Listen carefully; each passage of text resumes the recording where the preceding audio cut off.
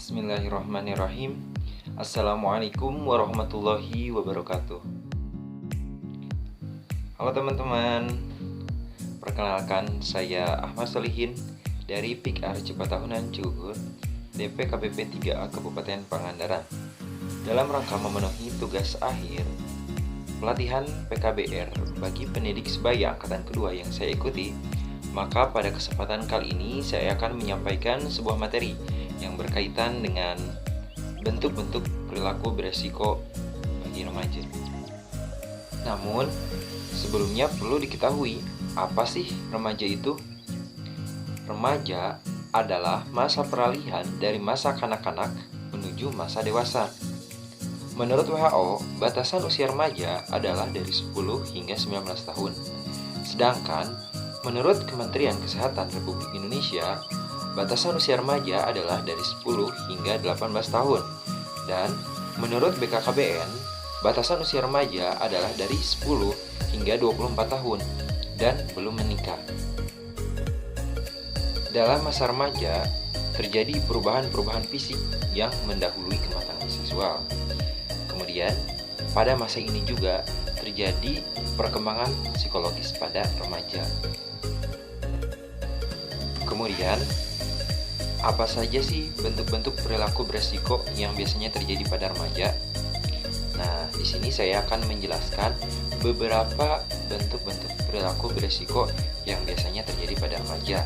Di antaranya, yang pertama, seks pranikah adalah sebuah kegiatan atau hubungan seksual yang dilakukan tanpa adanya ikatan suatu pernikahan. Dari adanya kegiatan seksual pranikah ini dapat menimbulkan berbagai dampak negatif bagi remaja. Di antaranya bisa saja terjadi sebuah kehamilan atau terjadi penyakit menular, atau mungkin jika kegiatan seksual tersebut diketahui oleh tetangganya atau masyarakat sekitar di mana ia tinggal, bisa saja sang remaja tersebut dicemooh ataupun dikucilkan. Bentuk perilaku beresiko bagi remaja selanjutnya yaitu perundungan, atau yang biasa kita kenal dengan sebutan bullying. Bullying adalah sebuah penggunaan agresi dengan tujuan untuk menyakiti orang lain, baik secara fisik maupun mental. Bullying ini dapat berupa tindakan fisik, verbal, mental, ataupun emosional. Bullying ini merupakan sebuah tindakan yang berbahaya bagi remaja. Contoh bullying secara fisik diantaranya menendang, menonjok, menjambak, menampar, dan lain sebagainya. Secara verbal, mengejek, menghina, mencemooh, dan lain-lain. Kemudian secara emosional, contohnya seperti mengucilkan atau tidak mengajak seseorang untuk bergabung dalam sebuah kegiatan, dan lain-lain. Perilaku beresiko bagi remaja selanjutnya yaitu kehamilan tidak diinginkan, atau yang biasa kita kenal dengan KTD.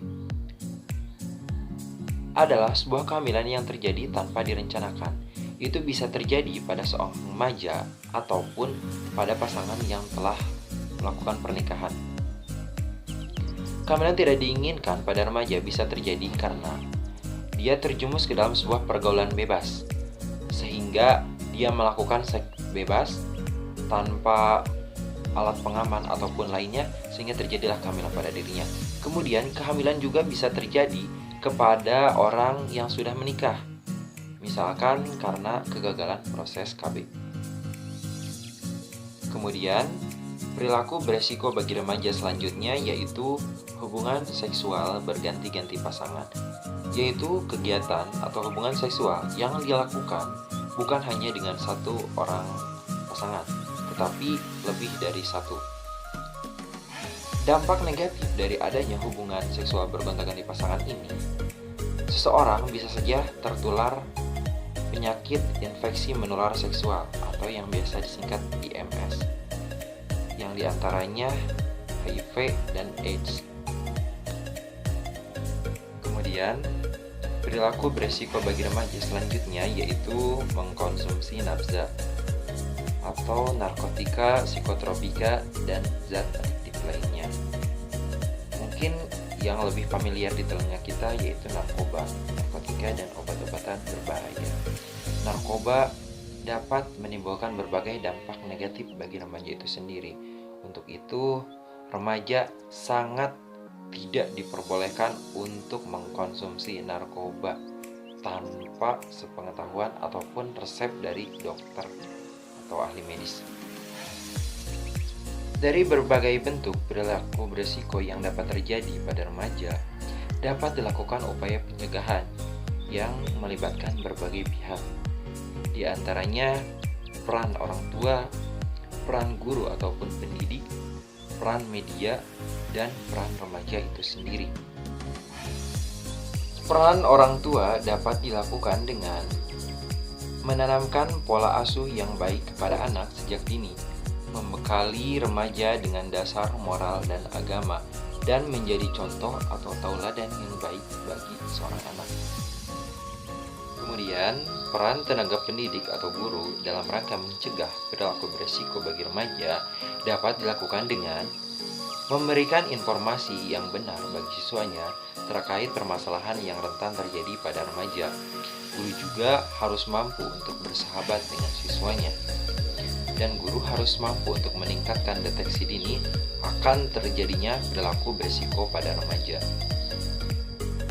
Dan selanjutnya, peran media dalam rangka mencegah perilaku beresiko pada remaja dapat dilakukan dengan menyajikan tayangan yang mendidik, bukan malah menjerumuskan.